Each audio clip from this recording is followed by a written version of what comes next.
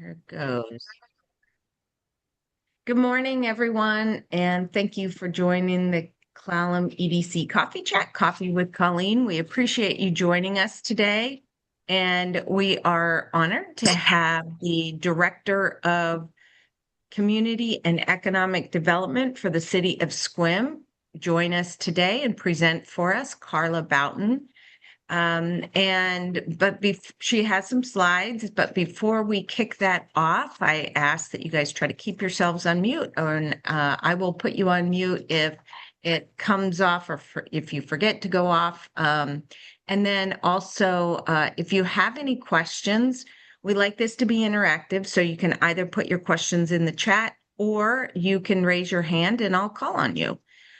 So with that, Karla, I'll let you introduce yourself. I know you have a very interesting background with a ton of experience. We're lucky to have you in the community. So welcome, not just today, but to Clallam County. Wow, thank you so much. It's Colleen. It's really my pleasure to be here, and thank you for inviting me to kind of share what's happening, a little bit about what's going on with the City of Sequim's Department of Community Economic Development Department. Yeah, and I'll speak a little bit about my background as kind of one of the slides. So we'll go ahead and I've asked Colleen to drive just to make sure we have the minimized technical glitches, and so she'll be running the PowerPoint for me. But again, it's yeah, if we can go one slide up, I just want to Oh, go yes. Sorry over. about Yeah, that. no, that's okay. Okay. There we Perfect. go. Yeah, so for this morning, I actually can do the next slide.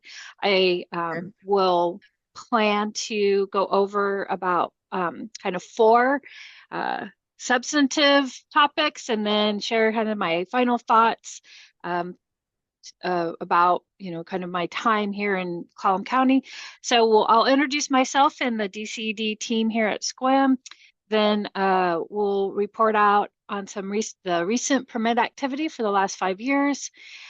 We had recently just released last month as part of our comprehensive plan update, a housing and economic market analysis that was prepared by our comprehensive plan consultant, Leland Consulting Group. The link was in the email that went out to you. So you might have already taken a preview of it. So this will be kind of select slides, select data from that report. I'll give you an update on how the city is on their comprehensive land use plan update, and then again, share final thoughts. So next slide is fine.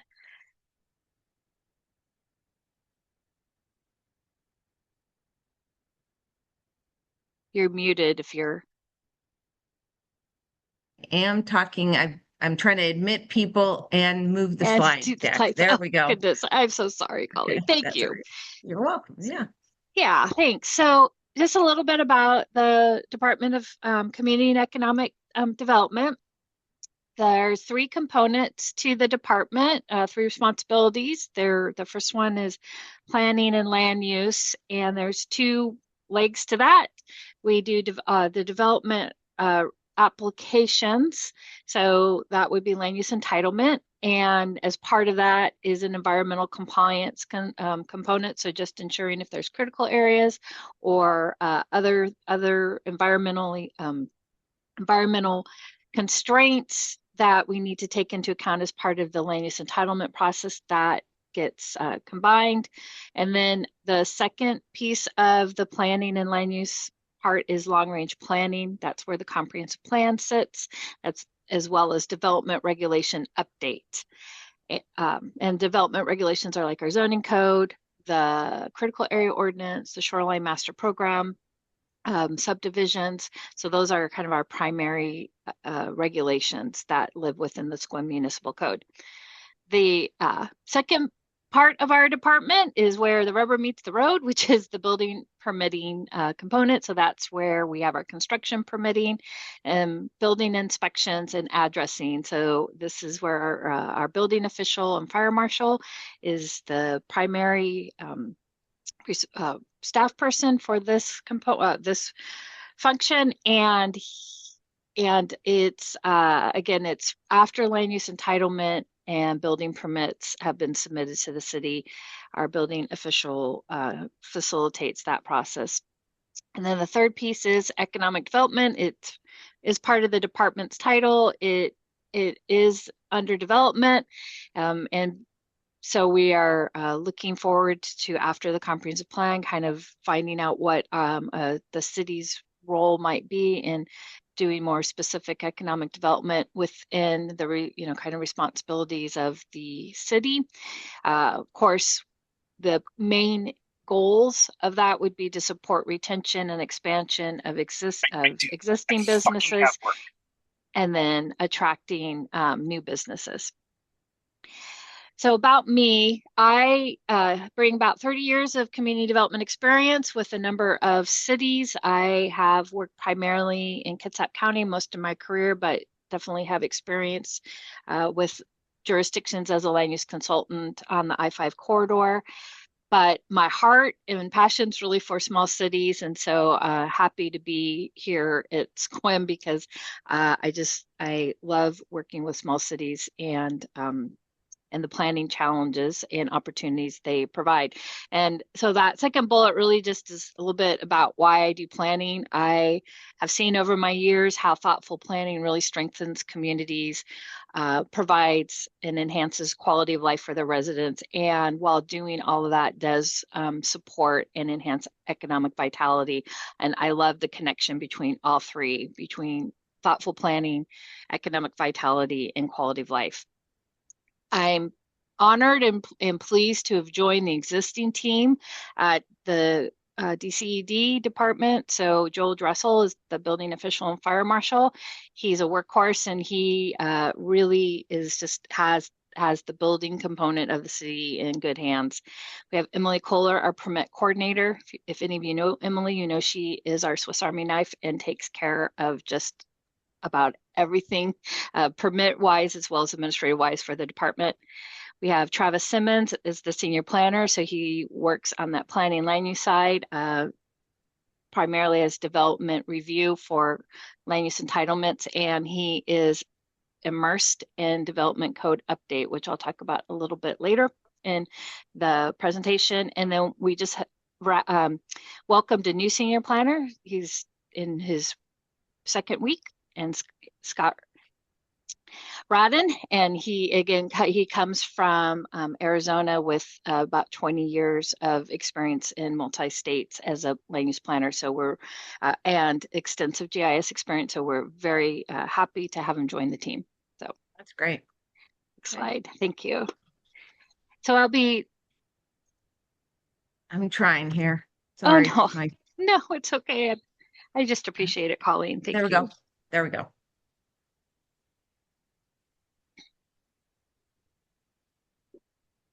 So I wanted to just highlight a couple of things that the department has done this year, some focused attention.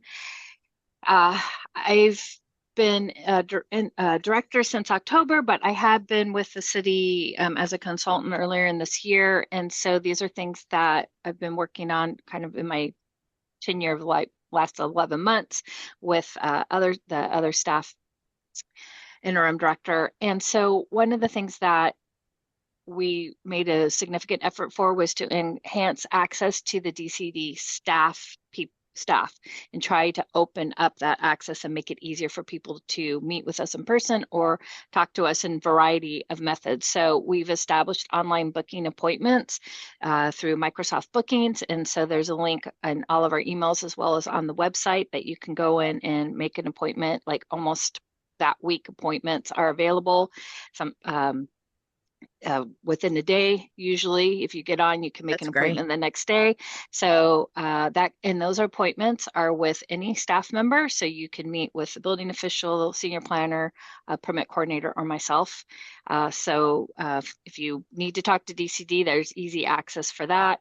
We also established a text line. So you can text DCD directly and that text goes to the permit coordinator and then she can, so we've had a few people already use it, just some basic like zoning questions. So be able to get those questions answered relatively quickly, at least within same day, sometimes, within a couple within an hour or two.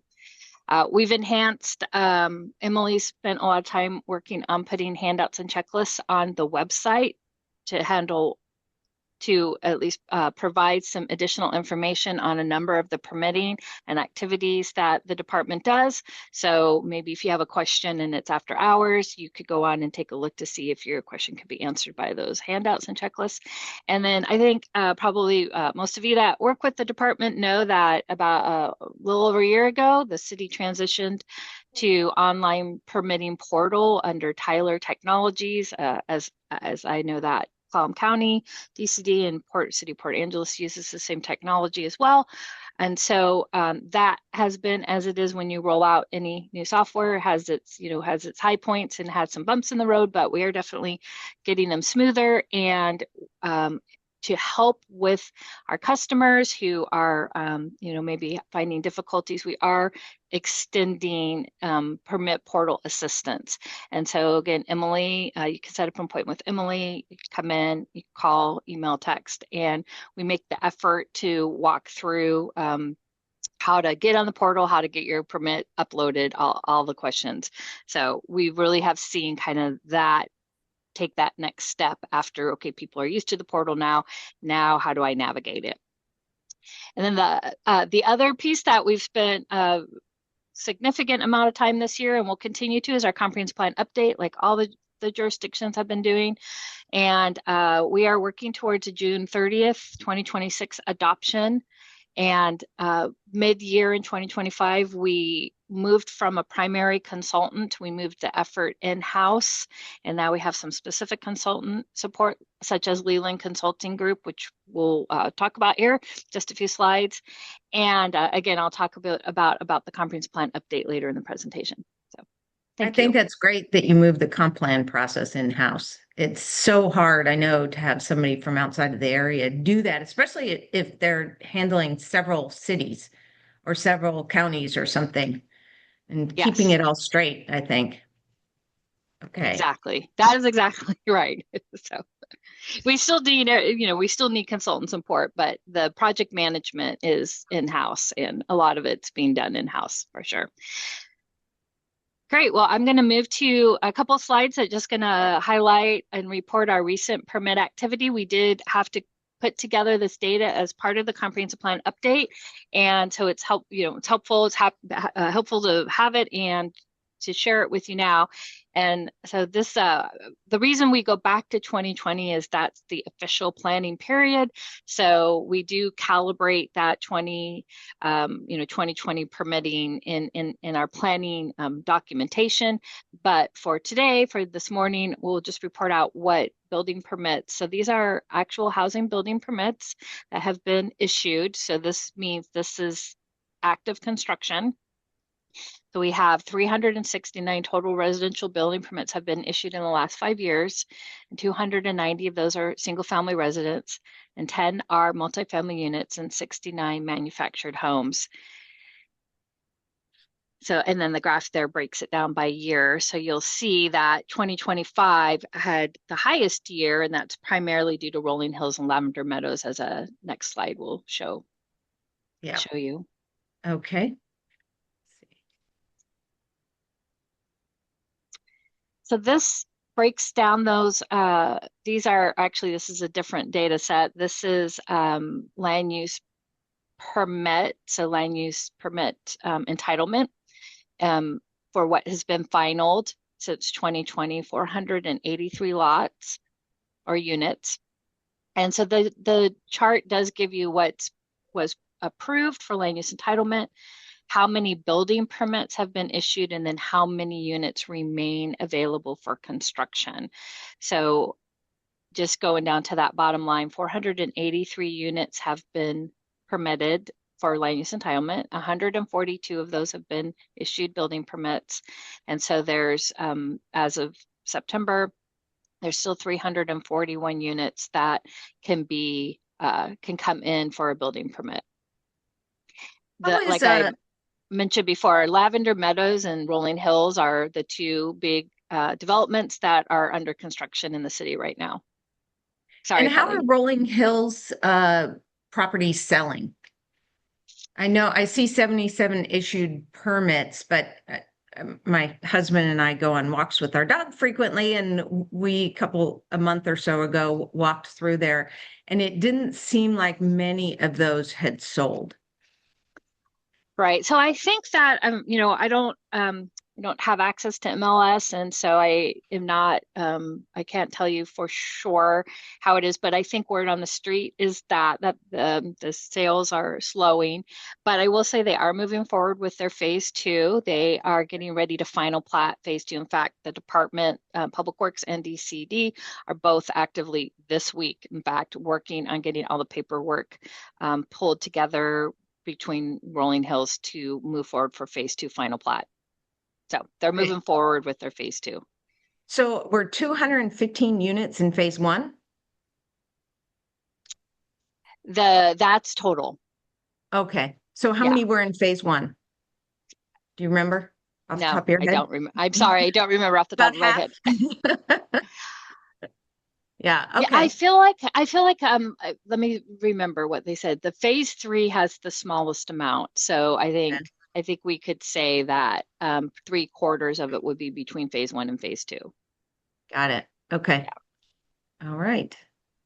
Does anyone have any questions? I know Tim Dalton from the county has joined us and he tracks this stuff pretty closely.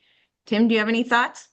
Yeah, when you look at Rolling Hills, that like I say they are slowing their 13% incentives to get people to buy. And it's a slow process. It's in a slow market. When at the time they planned that, things were selling at premium here. They're cutting, anywhere from 50 to $70,000 off the pricing of the houses in there. And when you look, the two big projects and Lavender Meadows is another one that, you'll kind of look at it, and in 5 years, they've done a quarter of there. I wish that project would have been a family Allowed. element Yeah. housing instead of the 55 and over. And I Mm-hmm. think that's one of the struggles that they're dealing with. But And and what's the monthly ground lease amount that Lavender Meadows charges? they're in a $700 to $800 a month. And the thing with them is that you have to buy the unit from them also. So Yeah. within that, you're paying them, and they're securing the fact that if you don't pay the lot lease, they can repossess the whole process on you. Mm, But that it is, and like I say, I think um, Rolling Hills is going to get a younger demographic in there. And I mhm. think that's kind of, and I think, that's the one thing with Lavender Meadows that I wish that they were family housing, being close to the schools and the YMCA and the library and stuff. They were just right. And it's something that could change a demographic in Sequim. Mhm. Yeah, certainly Lavender Meadows has really nice amenities. There's no doubt about that, and it's in a great location. Dale, you had a question or comment? Yes, I do. It's also about Lavender Meadows. I a little while after they started building, I sat down with my pencil and did a little math and um, realized that uh, if I were to consider buying a home in Lavender Meadows versus a freestanding home on a lot that I would own the land for, this is when the interest rates were much lower, around 4%. Um, it would actually be the same price to buy a home on a freestanding lot in terms of monthly payments. If I put the same amount down, factoring in um, the monthly fees, and I and then I went and I did some digging about the builder who was building the homes at Lavender Meadows, and I went on like three or four different websites, and there were multiple thousands of complaints about the construction quality of the homes. And Is um, that Fleetwood? I can't remember because it was a few years ago. And and the things that I read were just made my hair fall out. That's why I need baseball caps. And so the question I have is, does the city have any process for vetting um, uh, developers who are going to develop projects like this, do you have any say if somebody crosses all the T's and dots all the I's and comes in with a project that could potentially fail? Um, does the city have any ability to do anything about it in advance, is my question. That- So No. I mean, the answer is no. We don't regulate who, development companies, although I will say construction is regulated by the International Building Code, Energy Code, by the state. I'm sure you've all talked about that and aware of that. We have state building codes, national building codes, and so those are regulated and are inspected, reviewed and inspected. A lot of the complaints aren't those foundational things. It has more to do with finishes. I'm inferring. I don't know what the specific complaints are. Just having heard complaints over the years from homeowners, and so I understand. Yeah, I understand that falls out of the purview kind of the city's code inspection. And thank you, Karla, for adding something in the chat. We absolutely verify bonded and licensed contractors as part of the city's review for building permits. But the second part, thank you. The second half of my question is, I know that in lots of cities, in governmental entities around the country, they have um, developed and implemented standards that are different that are beyond what's in Sequim in order to help ensure that um, uh, what's being developed meets the comprehensive plan. So, for example, Bruce and his staff were giving a presentation, and they were talking about how many people are going to move into the county in the next 10 years who are low income. And I asked, is there any plan do you have any way to ensure that housing gets developed to meet the need because you have a responsibility to do that? And he said, no, we don't have any way to do that, which was a really clear and appreciated his answer. And so I'm wondering if there's the current situation of what you can regulate, but my hunch as a complete novice is if there were different codes put in place, you could actually better match the needs of what's going to come out of the comprehensive plan than you currently can. Am I missing something here? So I'd love to comment on that first, Karla. I'm the vice chair of the Housing Solutions Committee, Dale. We meet monthly. Tim runs that, and it's countywide board. And the problem is one of the biggest factors is that a builder cannot afford to build a house that is affordable. It takes and those codes in our state are more onerous, require more because of primarily the energy code that the state has adopted. They adopted a law in 2006 saying that by 2030, and then during COVID, they bumped it to 2031, that the built environment, new homes needed to reduce the energy usage and carbon emissions or carbon equivalent greenhouse gas emissions 70%. So and every 3 years they update it. And so the first 3 years, they did the low hanging fruit. You need to do better insulation and things like that. And at this point, it's getting so expensive now. There's they haven't done a cost benefit analysis, and they are not required to do that. So they're trying to get the reduction in emissions or energy usage down to that 70% mark. And it is just causing to build a, standard small home so much money. It's increased the cost by over $100,000. And that's one of the biggest drivers of why it's so expensive to build in this state. And we don't have any authority over that. We've talked at length with our legislators about it, and they basically say, the Democratic Party in King County pretty much controls the legislature, and they are not, and the environmentalists don't want to back off of that requirement.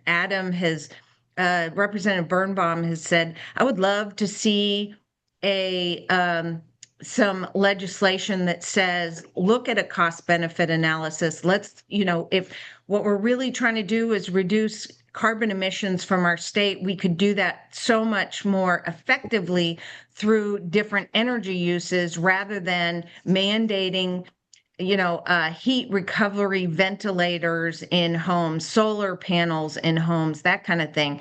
And so that just raise the costs dramatically. So there's private property rights. And if one private property owner sells to another private property owner, I don't think we want additional regulations because that's just going to increase the costs of building. And we obviously are in a housing crisis. So Karla, I probably, I know anyone who sits on this Housing Solutions Committee board is very aware of the issues and are pretty passionate about it. And so sorry to jump in like that, but this is something we talk about regularly at that level. Yeah, no, no, of course. I guess the only thing I would add on, Dale, is that the city of Sequim is going through the same comprehensive plan process that Bruce spoke about. That their Column County is a little bit further along than the city is in their comprehensive plan process. So I know that they're before their planning commission and in public hearings for it.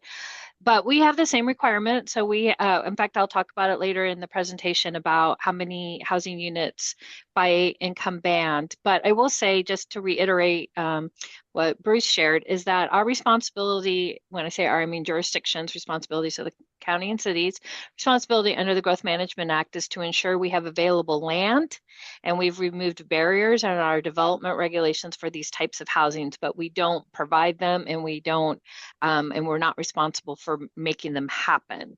We are ensuring that we have land available for them to happen, and that's market rate as well as affordable housing that's primarily provided by agencies or nonprofit organizations.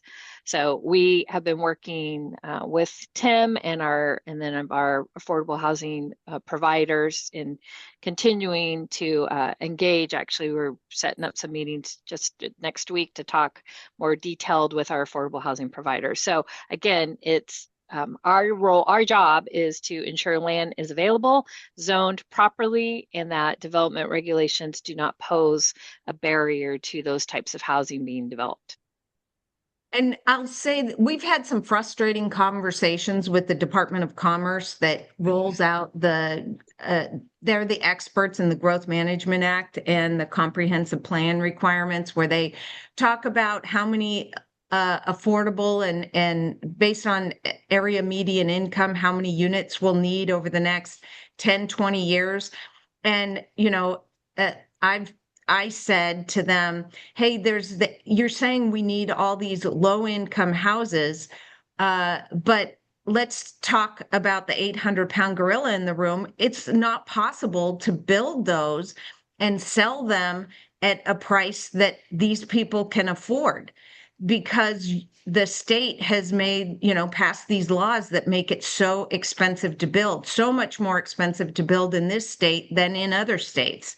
And they said, well, all we're trying to do is make sure nothing in cities and municipalities' comprehensive code would preclude being able to build these lower priced homes. So they know it's not possible. And it's really quite frustrating that they're saying, oh, you need to plan for all these lower priced, higher density homes, but it's not possible to build them because of different state statute and regulations. So anyway, my 2 cents. Yeah. Okay, next slide. Okay. See if I can do it. Come on. There we go. Thanks. So this is just the last slide for the permit activity reporting, and then we'll move into the housing and economic market analysis that Leland Consulting Group conducted for the city. So this is land use entitlement. So we've been talking, the last two slides was building permits, then permits that are activities that are, or sorry, units that are ready for building permit. And now what this is our land entitlement. So this is the first step in any land use development process. And so since 2020, we've had 9 preliminary plats or preliminary binding site plans have been approved by the hearing examiner, the city's hearing examiner, and those projects represent 343 approved and potential housing units. Now, I will say that not every project that gets preliminary approval realizes development. Most do, but you know, that this is again the first step in it. So we do like to consider final land use entitlement units as very strong potential units, but they're not as strong as like the previous slide where we have approved, finalized, and ready for building permit. But if you combine the 340 units that are ready for building permits with these 340 units with land use entitlement, that does result in 684 units that can be realized in the city of Sequim today that have reached at least most of their permitting, like last lap permitting for building permit, or at least has gone through the preliminary, again, land use entitlement. So that's a lot, 684 units. So, all right, well, we can move on then to our section 2 of or section 3 of my presentation. And I am keeping a bit of eye on the time, and I did over prepare. Sorry. So I have about another 30 slides. So I probably will want to go through it relatively quickly, but just to make sure I can have time to report the data. But I also, as Colleen set out in the beginning, happy to answer questions as you go along. So we'll keep an eye on all of that as well. So I'm really pleased to spend this next portion of my presentation talking to you about a housing and economic market analysis. This was something the city initiated back in early summer, and it's 100% to support the comprehensive plan update, and it was led by our consulting group, Leland Consulting, and they met with a lot of you. We invited a number of people that had, and again, I do want to note that this report was specifically on market, housing, and jobs. And so it dabbled in affordable housing, but the report was not focused on that. And so the analysis did have interviews with a number of folks in the Clallam County community, and it built on the stakeholder interviews that a previous consultant that the city had conducted in 2024, and highlights opportunities and strategies to meet city goals around housing and jobs and employment. Does, like all good reports, it describes a lot of current conditions and then identifies barriers to construction and offers a lot of recommendations. So I'll go ahead and next slide kind of outlines what the report contents are. So they have, the report got 5 sections to it. It reviews housing data, economic development or economic data. So that will be workforce and industries data, commuting, potential opportunity sectors, real estate market trends, zoning analysis, and then non-zoning analysis. And those last 2 are to take a look at barriers to construction or barriers to development that kind of live under the city's purview. And I do want to note that this analysis is Sequim focused, and so most of the data is going to be about Sequim, but there are a lot of data, and we'll see in a couple of slides here, that compare Sequim to our neighbors in our other cities and county, and then also statewide data, just to give kind of a contextual position that Sequim sits in regionally and then statewide. So in Karla, when you say Sequim data, you're referring to city limits of Sequim, not Sequim area. Yeah, thank you for that. Thank you for that refinement. So it's going to be it will be for the city of Sequim. Okay. As much as possible. However, one caveat, I'm going to say yes to city of Sequim, city limits. Caveat that a lot of the data is from census, and some of the census tracts kind of bleed out. They're not perfectly aligned with city limits, but I think for the most part, it's going to concentrate within Sequim proper and not necessarily kind of the larger Sequim area. Got it. Okay, thank you. Yes. So we'll talk about housing. So again, I really recommend if this is all interesting to you and you find it compelling, please go visit the report, the full report. These are just snapshots of it. The report link was in your email from the EDC, and it's also on the city's website as well. So just go to City Sequim and search for comprehensive plan update, and it's sitting on that front page. So here's our existing housing inventory for Sequim. We've got 31% is multifamily, 12% is mobile homes or special, and I'll talk a little bit about what special means here in a minute. 58 is basically single unit, single family residential. The housing tenure is kind of what you would expect. It's not too far out of what the rest of the region's looking at. We have 60% owner occupied and 40% renter occupied. Next slide. This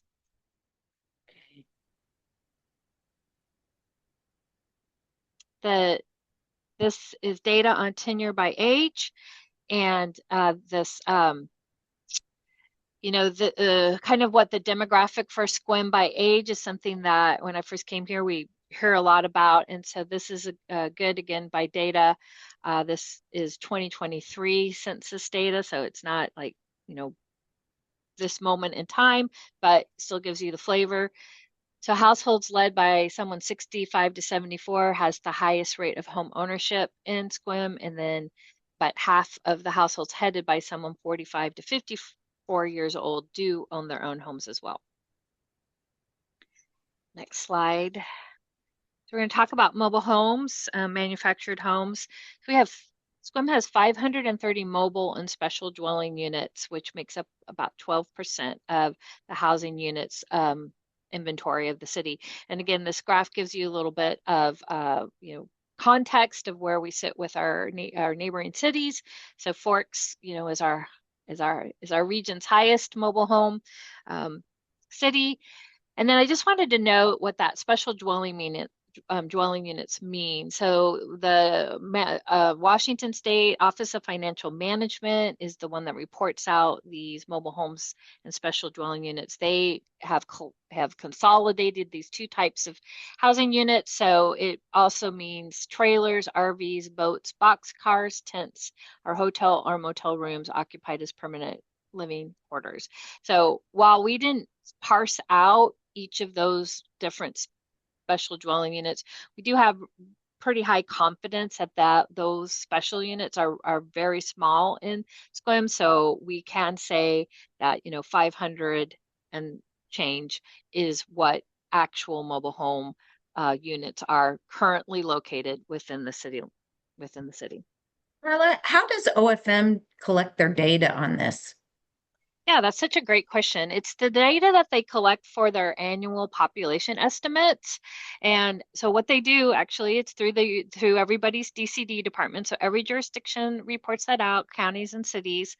And we get forms from the Office of Financial Management in March of every year, and we have to turn them in on April 1st. So if any of you are familiar with how those population estimates work, if you go and take a look at OFM's website, it says April 1st population estimate, and that's literally because we fill out those forms with data as of April 1st. So it is exactly what it says it is, and what we report is a number of information. It has to do with building permits that were issued, certificate of occupancies that were issued. Emily, our permit coordinator, calls the assisted living, nursing homes, other care facilities to get a number of how many residents are living there at that moment in time, again on April 1st. And then some other additional information that's kind of construction related.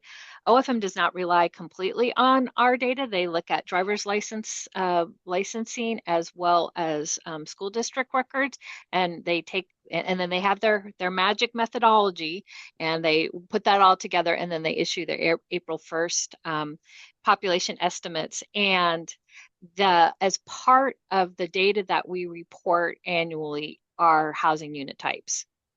So for this, we do get our mobile home parks and we report how many units are in there. So that's part of what we report to OFM. Thank you. Yeah. So it's probably the best data that's out there. It's better than federal data, certainly. It really is, because it gets, they call it estimates. And so again, nothing's perfect, but they do, I think it's our best annual data. They do calibrate their population numbers when census comes out. So the hierarchy of data is still census, and then we get our annual data from OFM, and then census does have our community, the American Community Survey that gets updated, Yeah. year to 2 years. So combining it all together, and that's why you'll see in kind of these data reports maybe different sources, and the goal is always to use the most recent source that you can get data for. I just know the Bureau of Labor Statistics, they do, especially when it comes to economic development, they do surveys of 60,000 businesses across the United States, and it can be incredibly off for Clallam County. There's better data after the census is done, but if some big activity happens, McKinley closes or Blackball is down for a while, they don't pick up any of that. So the data can be really skewed. Okay. So I just want to speak just quickly, one more slide about mobile homes and manufactured homes. I just wanted to note, and you may all be aware of this, but about a year ago, December 2024, the Sequim City Council approved an overlay that sits on the city's zoning map that for mobile home parks, and it's intended to protect them to be purchased from developers who have planned to like evict them and redevelop the property.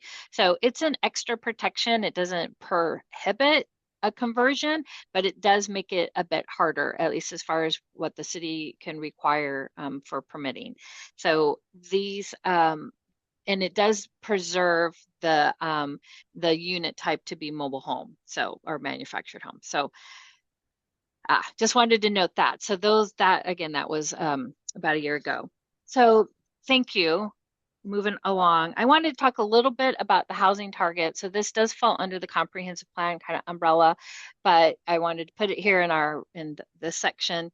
So Sequim has been allocated by the state through Clallam County, and that's the line of the hierarchical line established by the Growth Management Act. So the city's been allocated 1,850 new housing units during our planning period, as again 2020 to 2045. Now, you've already just saw that we have a number that are already permitted from 2020. So those do get to count towards that 1,850. And I think that, we can note to say, well, that, are they all going to be realized? Is the market going to respond? Are they going to be built? All the things we've talked about. For sure that, again, not sure, but the point is, as I mentioned before, is the responsibility of the city under the Growth Management Act is to ensure that land's available for these number of units, and that we have done all the work with our development regulations that the state wants us to do to remove barriers. So that's the assignment. Anyway, so next slide. So we're kind of closing out here on housing. I have about 3 more slides, and then we'll move to economic development. Colleen, do you want me to check in with you? I don't think we'll get through all these slides, so shall I make a decision on what we should go through? Okay, sure, so sure. we'll finish housing, and then we'll do the next section, and maybe we'll skip to the end. So I do wanted to talk a couple of slides about vacant and seasonal homes. That has come up a lot this year as part of comprehensive plan and effort, kind of conversations about what does that mean? Is our vacant and seasonal homes having an impact on housing availability to rent or for home ownership? And so we did have Leland spend a bit of time in the report talking about this. These are only 3 slides that I'm going to share with you. There's actually quite a bit more information in the report. So again, if this is of interest to you, check out the report. So overall, the city has a 4.8 vacancy rate, and 1.4% of those of homes in Sequim are seasonal, recreational, or occasional use. And the numbers of seasonal homes have increased over the past few years, but Leland's conclusion was that the bigger constraint on housing inventory was not vacant or seasonal homes, but just having the ability to have new housing construction being built is the bigger challenge. So next slide. So the short-term rentals, again, that's a big conversation, a big topic. And so we really had Leland spend some significant time analyzing this. They did an analysis of active short-term rentals in the city limits in July, which is our peak time. And so full home listings accounted for 2.7 of all the single family homes in the city limits. And so below 3% is kind of as the short-term rental industry is getting refined and analyzed, 3% or less is kind of a number that indicates that it's not having an adverse impact on your housing. So we're at a good place. We want to monitor it. And so one of the recommendations of Leland is that we continue to do this annual monitoring of the short-term rental market in Sequim. They also noted in the report that short-term rentals provides a really important component to the hospitality industry of Sequim, where it's the hotels, and I'm sure all of you, I'm speaking to folks who know this better than me, but hotel management and hotel vacancies, have a bigger impact on their ability to provide them and to have it be successful. And short-term rentals can be kind of an additional way of ensuring that tourism and hospitality industry can continue to be healthy even during the seasonality that some of the hotels might experience. So they did note that short-term rentals, while it does, has a minimal impact on the housing inventory, it provides something important to the tourism and hospitality industry of Sequim. All right, so next slide. So the next slide concludes then with just, again, a number of highlights of the recommendations that the Leland Group has offered to the city.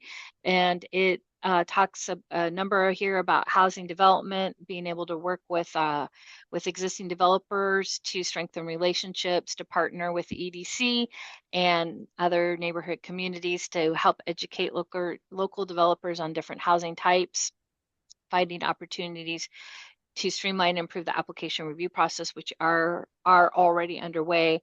Again, to track our short-term rentals, and then to offer incentives for below market rate affordable housing, which we are underway working on as well.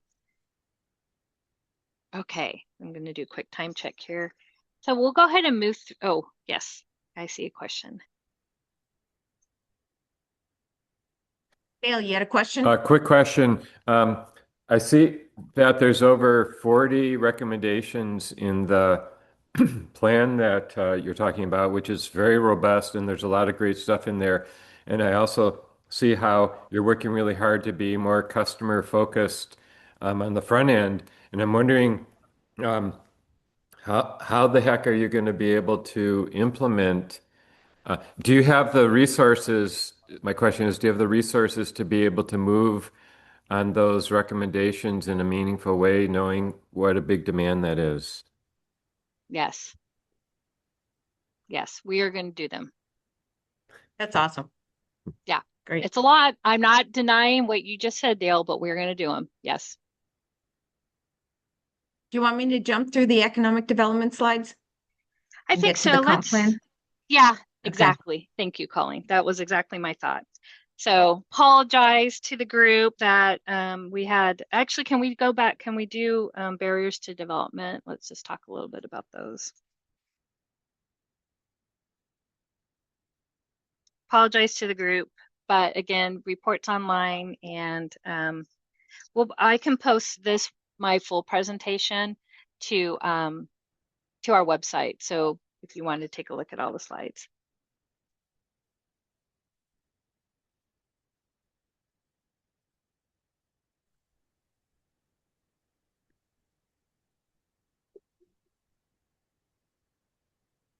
looks like Colleen froze, and so she's Oh, probably no. rebooting. That's what it looks Okay. like.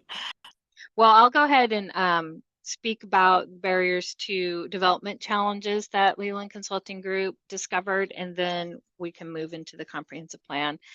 So one of the things, so sections 4 and 5 of the report that I mentioned, which is the zoning analysis and the non-zoning analysis, though that analysis came straight from developers. Leland Consulting Group met with kind of our the city's top folks who've done a lot of work and a lot of development in the city, and these were really important conversations where nobody from the city sat in the meeting, so that there could be complete, the developers could say what they wanted to say to our consultants.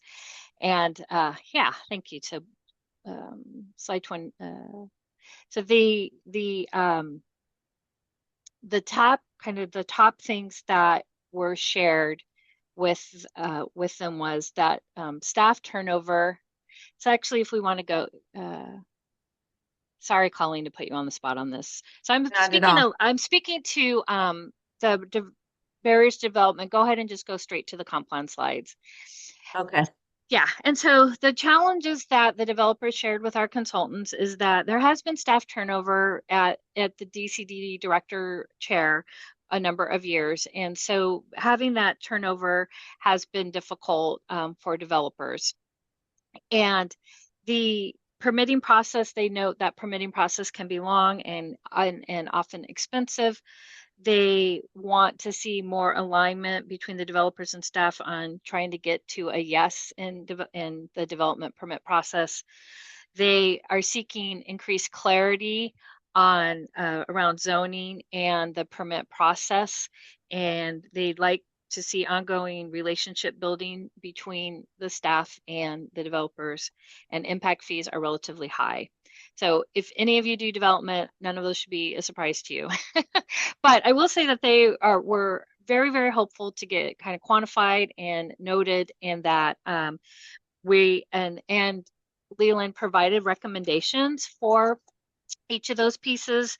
And so we'll be again taking a look at them. Just as I said, we'll be implementing them. Not everything is going to roll out at the same time, but working again, improving our accessibility and communication was a very easy thing that we could do. And as I talked about at the beginning of the presentation.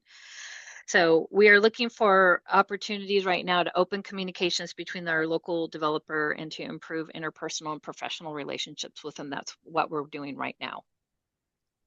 So I'll close with comprehensive plan update and some final thoughts. Again, thank you for inviting me, and appreciate the conversation.